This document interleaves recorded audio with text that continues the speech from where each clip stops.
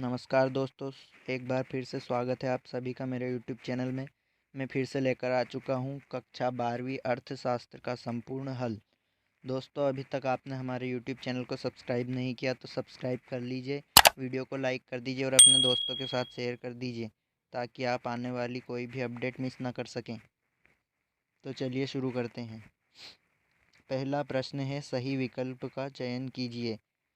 तो इसमें पहले में आएगा व्यक्तिगत इकाई, दूसरे में आएगा अ और ब दोनों, तीसरे का राइट आंसर है शून्य, चौथे में आएगा चाय और कॉफ़ी, पांचवे में आएगा उत्पत्ति के साधनों का,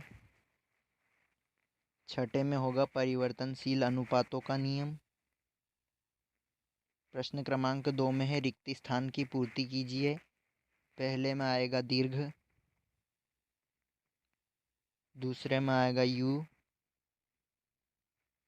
तीसरे में आएगा औसत,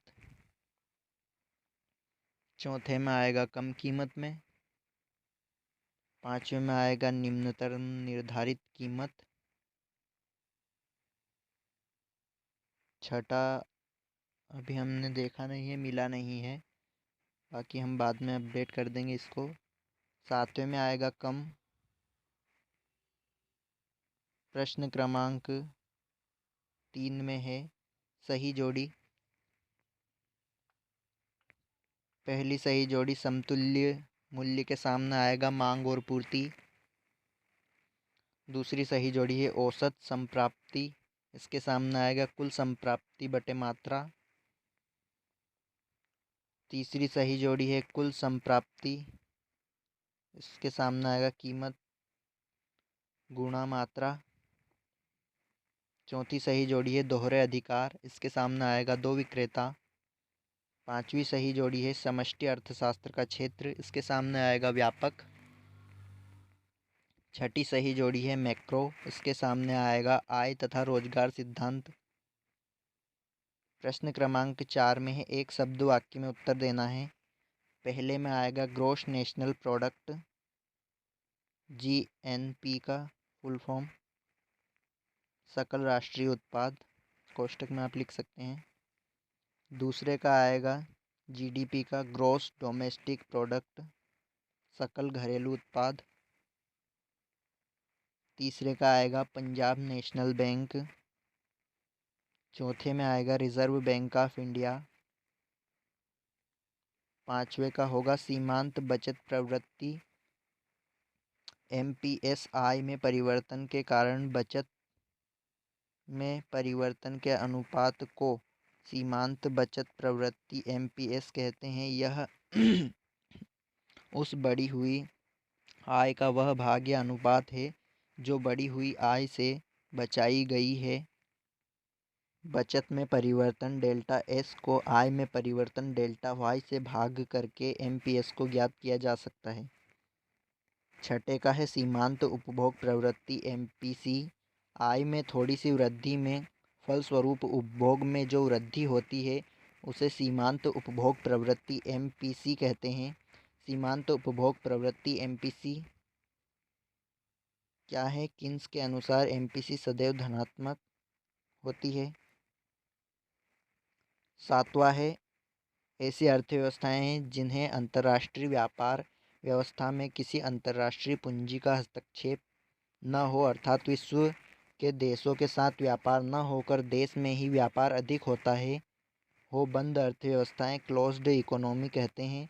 बंद अर्थव्यवस्था में आयात निर्यात बिल्कुल बंद रहता है। प्रश्न क्रमांक 5 में है सत्य असत्य।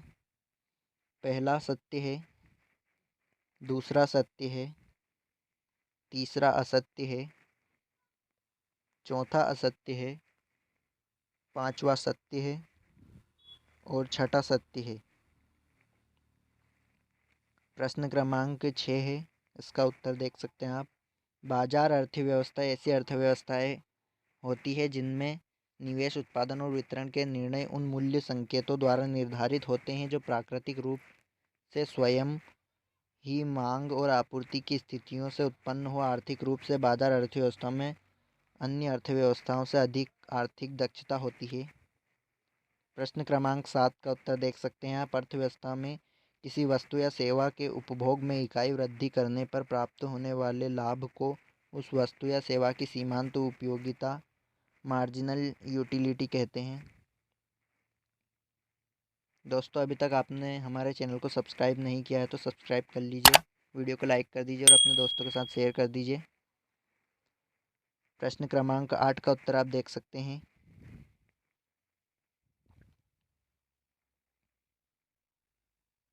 प्रश्न क्रमांक 9 का उत्तर, वस्तु की मांग खरीदने वाले ग्राहक द्वारा की जाती है। इसमें काफ़ी उतार चढ़ाव देखने को मिलता है। जैसे अगर वस्तु की मांग काफ़ी ज़्यादा है और आपूर्ति के स्रोत कम है तो ऐसे में उसकी कीमत में काफ़ी बढ़ोतरी हो सकती है। वहीं अगर वस्तु की मांग कम है और स्रोत काफ़ी है तो वस्तु की कीमत में कटौती होती है। कई बार विपणन संयंत्रों के द्वारा भी वस्तु की मांग की जा सकती है और हमें मालूम नहीं पड़ता, चाहे उस चीज़ की हमें ज़रूरत ही क्यों ना हो। तो ऐसी स्थिति में विज्ञापनदाताओं द्वारा भी वस्तु की मांग को बढ़ाने में जिम्मेदार है। प्रश्न क्रमांक 10 का उत्तर देख सकते हैं आप।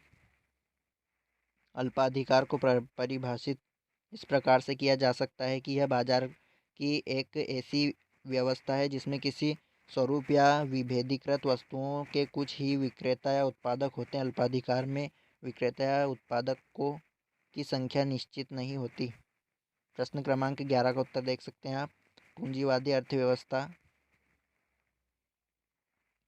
वह है जिसमें उत्पत्ति के साधनों का प्रमुख भाग पूंजीवादी उद्योगों में कार्यरत होता है। पूंजीवादी प्रणाली में निजी संपत्ति का अधिकार होता है जिसका उपयोग उन व्यक्तियों के द्वारा स्वयं के लाभ के लिए किया जाता है।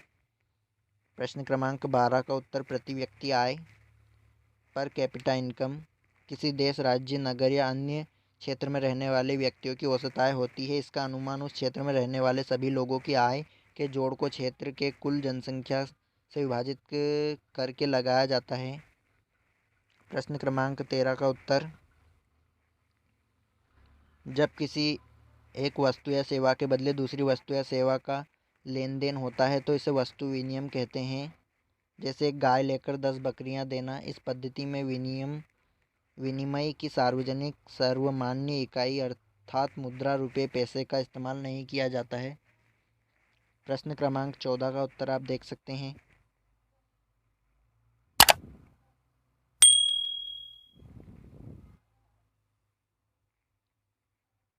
प्रश्न क्रमांक 15, भुगतान संतुलन से क्या आशय है। प्रश्न क्रमांक 16 का उत्तर, मिश्रित अर्थव्यवस्था की 3 विशेषताएं पूछी गई हैं तो जो निम्न प्रकार से आप देख सकते हैं। मिश्रित अर्थव्यवस्था की 3 विशेषताएं।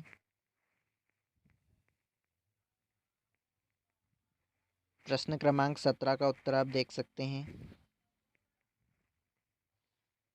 पूर्ति की कीमत लोच का तात्पर्य एक वस्तु की कीमत के परिवर्तनों के कारण वस्तु की पूर्ति की मात्रा में अनुक्रियाशीलता का मापन करती है। दूसरे शब्दों में पूर्ति की कीमत लोच वस्तु की पूर्ति की मात्रा में प्रतिशत परिवर्तन तथा वस्तु की कीमत में प्रतिशत परिवर्तनों का अनुपात कहलाती है। इसे निम्न समीकरण की सहायता से स्पष्ट किया जा सकता है।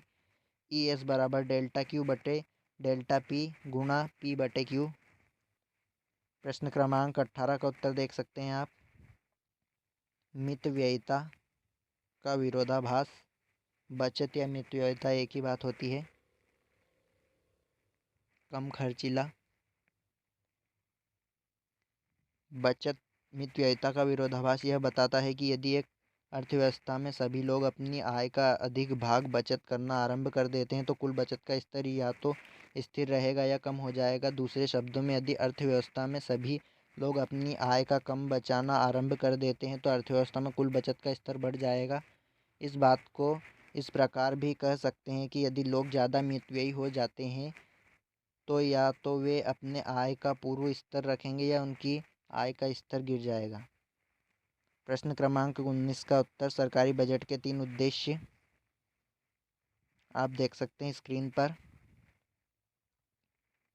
आय तथा संपत्ति का पुनः वितरण, संसाधनों का पुनः आवंटन, ये संसाधनों लिखा है यहाँ पर।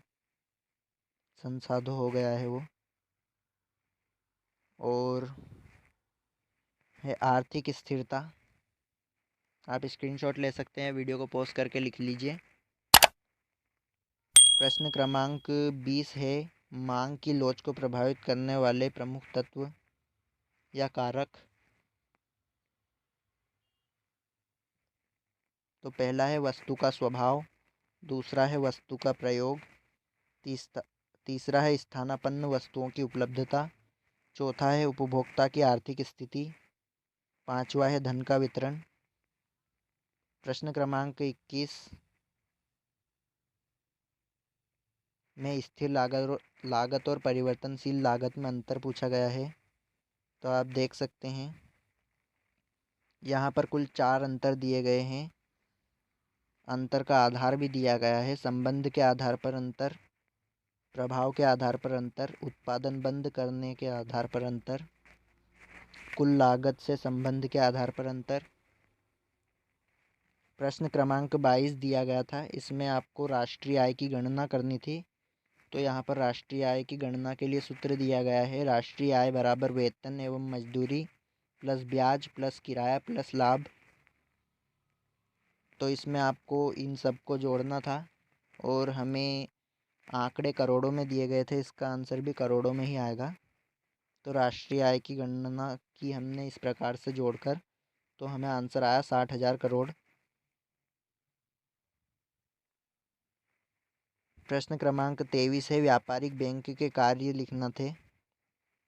तो पहला कार्य है जनता से जमाएं स्वीकार करना।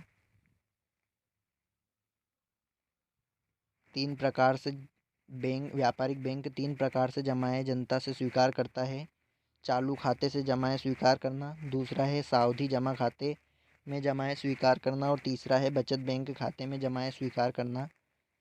दूसरा है ऋण एवं अग्रिम प्रदान करना। व्यापारिक बैंक निम्न प्रकार से ऋण एवं अग्रिम जनता को प्रदान करता है, नगद शाख, मांग ऋण, अल्पकालीन ऋण आदि।